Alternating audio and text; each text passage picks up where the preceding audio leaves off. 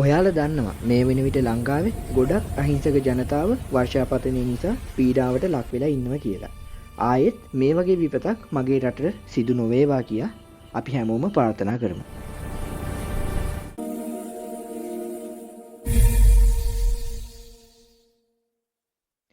ඇත්තටම මේ වර්ෂාපතනයට හේතුව මොකද්ද? ටීවී එකේ නම් කිව්වේ සුළි කුණාටුවක් නිසායි කියලා.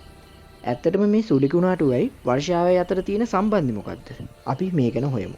එහෙනම් රැඳී සිටින්න මා සමග මේ ගවේෂණයේ අවසාන තත්පර කිහිපෙත් එක්ක. හරි, මම කියලා දෙන්නම්කෝ. ඔයාලා මේ කුණාටුව දිහා බලන්නකෝ. මේ කුණාටුවේ ඉහළ කොටසේ විශාලයි. ඒ වගේම පහළ කොටස කුඩයි. ඒ වගේම ඉහළ කොටසේ වාතය පහළ කොටසේ වාතයට සාපේක්ෂව වේගයෙන් ගමන් කරනවා. ඒ වගේම පහළ කොටසේ වාතය ඉහළ කොටසේ වාතයට සාපේක්ෂව වේගය අඩුවෙන් තමයි ගමන් කරන්නේ. එතකොට බර්නූලි ප්‍රමේය අනුව කුණාටුවේ පහළ කොටසේ පීඩනය ඉහළ කොටසේ පීඩනයට වැඩිය වැඩි වෙනවා. එතකොට ඉහළ කොටසේ පීඩනය පහළ කොටසේ පීඩනයට වැඩිය අඩු වෙනවා. දැන් ඔයාලා හිතනවා ඇති මේ කුණාටුවයි වැස්ස අතර තියෙන සම්බන්ධය මොකක්ද කියලා. ඔයාලා දන්නවනේ වැස්ස වහින්න අනිවාර්යෙන් වලාකුළු ඕන.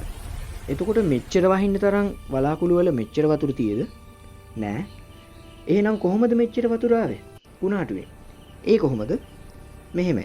දැන් මං ඉස්සෙල්ලා කිව්වනේ කුණාටුවේ පහළ කොටසේ පීඩනය ඉහළ කොටසේ පීඩනයට වැඩිය වැඩි. ඒ වගේම ඉහළ කොටසේ පීඩනය පහළ කොටසේ පීඩනයට වැඩිය අඩුයි. එතකොට වෙන්නේ කුණාටුවේ පහළ කොටසේ තියෙන වස්තුන් ඉහළට ඇද ගන්න බලනවා. අවාසනාවකට මේ කුණාටුවේ පහළ කොටස තිබුණේ සාගරේ. ඒ නිසා සාගරයෙන් ජලය ඉහළට ඇද ගන්න පුළුවන් වුණා මේ කුණාටුවට. එම ජලය මගින් තමයි කුණාටුව විසින් නව වලාකුළු නිෂ්පාදනය කරේ.